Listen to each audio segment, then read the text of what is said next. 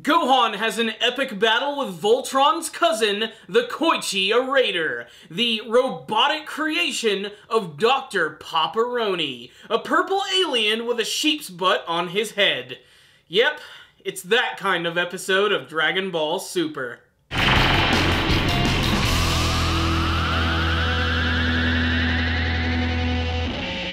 Allow me to sing the praises of this episode of Dragon Ball Super. This episode was a lot of dumb fun. I absolutely love over-the-top and ridiculous transforming and merging robots. It's something that the Japanese handle really well. They've really got sort of like a hold on that market, what with all the incredibly popular mecha anime series and the fact that we're seeing it come alive in this episode of Dragon Ball Super. Universe 3 has decided to use their trump card, their final 5 warriors, and they're all pretty cool. We get a lot of action from pretty much almost all the main characters of Universe 7, minus Frieza, of course, because he'd rather just sort of hang back, kick back, and eat some popcorn. Really, though, this episode right here is defined by Gohan just bringing all sorts of amazing pain to these 3 robots. But there's also some other highlights. First, let's talk about the actual warriors of Universe 3. We have Dr. Paparoni. Yes, that's his name, Paparoni, and it's freaking hilarious and really fun to say. Obviously, it's a pun on pepperoni, but it makes no sense when connected to this weird purple-skinned alien who just looks freaking ridiculous. Basically, he's there just to be there, although by the end of the episode, it looks like he has some sort of other ace up his sleeve. But we'll get to that in a little bit. We also have these 3 robots which can combine together. They are Koichiarator, we also have Panchia, and we also have the Bollerator. And when you look at them all individually, they look like they're incomplete. And that makes sense because they actually all have the ability to combine together. One of them's the head, one of them's the torso, and the other one is the feet. And they're all really ridiculous and awesome in that classic sort of anime way.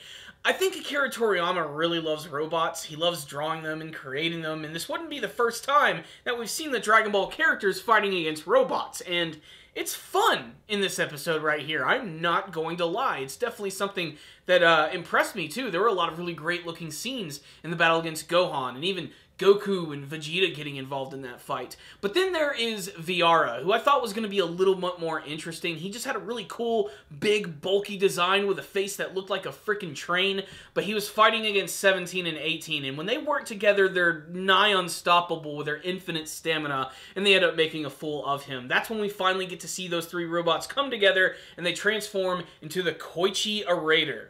That's the actual name of this thing. It's basically a combination of all 3 of the robots' names. But this thing is basically just really big, powerful, resilient, and can even tank some really powerful Ki Blast attacks.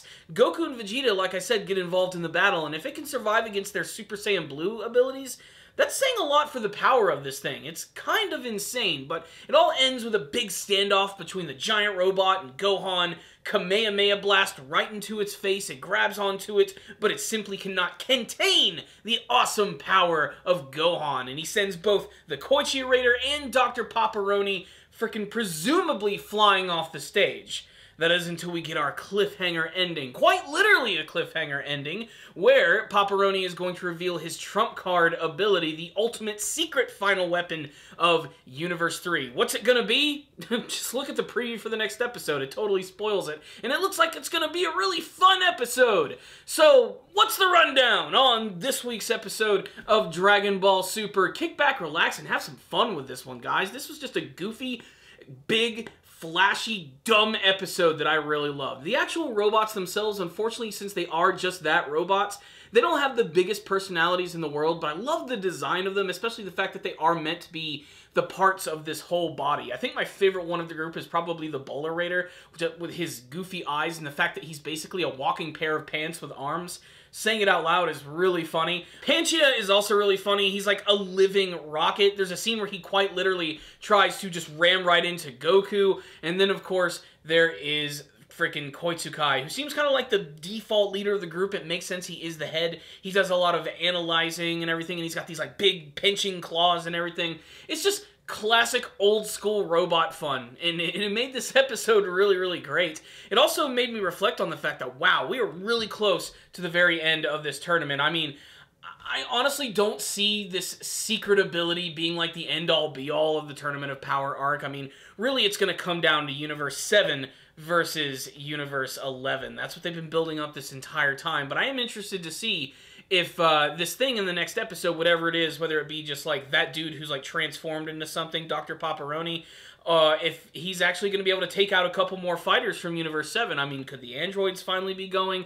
Could Frieza possibly actually be going? Frieza's probably going to get involved in the next episode.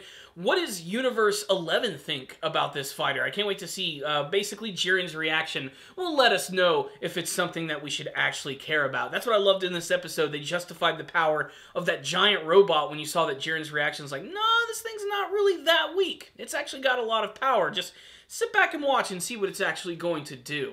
He didn't actually say anything, but you could totally read it in his completely emotionless face. At least that's the way that I was seeing it anyway. All I know is I had fun with this episode. It was just fun, goofy robots fighting against our favorite Dragon Ball characters. It was an homage to transforming robot anime series, and it just looked really cool while I was doing it. Gohan's Kamehameha Blast at the end looked really freaking awesome. I liked this episode a lot. It wasn't perfect, and I'm more interested to see what's going to happen in the next episode, as I thought this was all going to get wrapped up here. But no, that's not the case. This is going to go into one more episode, I'm sure, and then we will finally get down to the final battle of the Tournament of Power arc. And guys, I can hardly contain my excitement for it. This episode right here is a 4 out of 5 from me.